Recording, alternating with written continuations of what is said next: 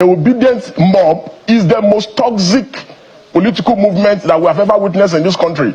They threaten Supreme Court judges, Court of Appeal Court judges, threatening artists, threatening Professor Wole Soyinka, insulted everybody in this country because of Peter. What exactly is your grouse against Mr. Peter Obi and the obedience? In the wake up to the 2023 general election, because I'm not political, I'm just expressing my thoughts about why the opposition should come together and unite against the criminal APC and roguish APC government that always rig elections. That if the opposition is divided, that there's no way they can win. I was just expressing my political thoughts and views. The idea of the Obi candidacy excited me, and I said, but that he needed the buy-in of Atiku and Kwankwaso. I even urged Kwankwaso to deputize Obi.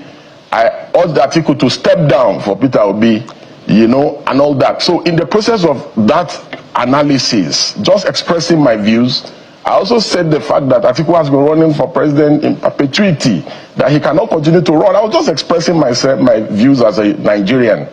So then Peter Obi all of a sudden started trying to reach out to me to meet me. But at that time I was out of the country. I think I was in Dubai or somewhere. So, but he was persistent in reaching out to me. And I was avoiding him. But, I didn't want to see him because I didn't want it to look like, because I've expressed my views, which seems to be like almost in his favor, he now wants to see me and corner me to be one of his supporters. But I don't want to support any politician because I'm not partisan. Because some people had already started even resigning from activism and joining him. So I didn't want to join his bandwagon, but I was excited by the idea of Peter Obi because, of course, Southeast have not produced a president in a very long time, except after post-independence anyway. So I was excited. So subsequently, I made some further views, and this time around, he was more persistent. So one of his aides, a journalist, reached out to me. So we subsequently met. And I said, yes. He commended me for some of my views and all that and said that it would be exciting to work together. I said, I'm not working with anybody. But I now made some observations about the things that he has been accused of doing in the past. Corruption. Sarah reporter reported the story where his staff was caught with money. He tried to explain it, but I was not satisfied.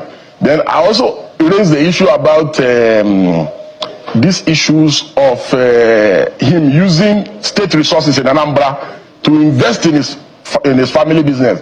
His explanation to me in his defense was that he had resigned from the company before he became a governor. I was flabbergasted. I couldn't just wait to get up to leave the place. I'm like, how can a man that wants to be president of Nigeria not see the clear abuse?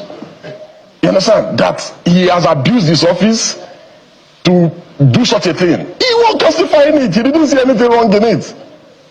I was completely disgusted. So eventually I didn't want to disrespect him, so I wanted to leave. And then he got into, because we're like in a living room, it's like a suite.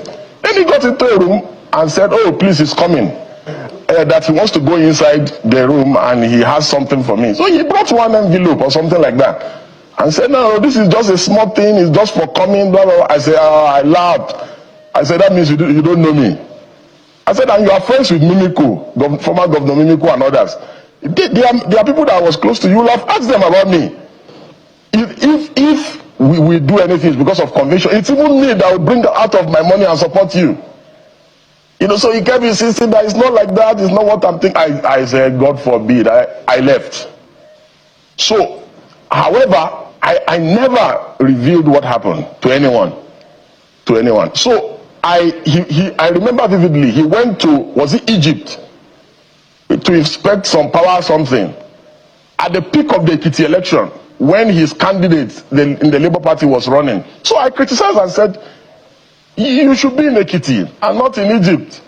And I said, because you want to be president, you must go and campaign for your candidate and try to win his aides. Some of these young boys that are around him started insulting me, that the reason why I'm criticizing him now is because that I was saying that he was okay, he was good. That the reason why I'm criticizing him now is that I brought a proposal to him and I demanded, is it 200 million or something? And that he told me that. I said, me? And these are his close aides. So they started doing that. So I said, oh, because I had observed the pattern about them, that they terrorize people online, insult people, slander people.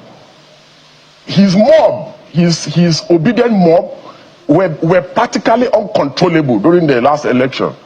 So I said, okay, so these people do not even want dissent of any kind of criticism of their candidate of any kind. I said, okay, I'm not going to even leave Tinubu alone and now face them, because we cannot have a situation in our country or in our polity where political extremism becomes the order of the day, and Nigerians are living witnesses to the things that eventually happened to the build-up of the last election. We have never had this kind of toxic political experience. Aside the Buharis, after the Buharis, the obedient mob is the most toxic political movement that we have ever witnessed in this country. They threaten Supreme Court judges, Court of Appeal Court judges, threatening artists, threatening Professor Wole Soyinka, insulted everybody in this country because of Peter. And so, what are the things I said? Everything I said is true. In a civil suit or criminal suit of defamation, justification, truth is a defense. What are the things I said? I said he's a political fraud, that he's parading himself as a messiah. Of course he is a political fraud. Didn't he swear that he will never leave Abga? That any day he leaves Abga, let something which I won't want to say on TV. Then he left Abga. The only thing that I forgot to say, among the things that he should now add to his defamation suit, is that he's a political prostitute. Hobnobbing. And look at what he said about the people that he wanted to defeat in the last election. He said they operate a structure of criminality, but today he's with them. He has one leg in PDP, they are discussing with him, another leg in ADC, and he's still a member of Labour Party. Confused politician. So he should do his worst.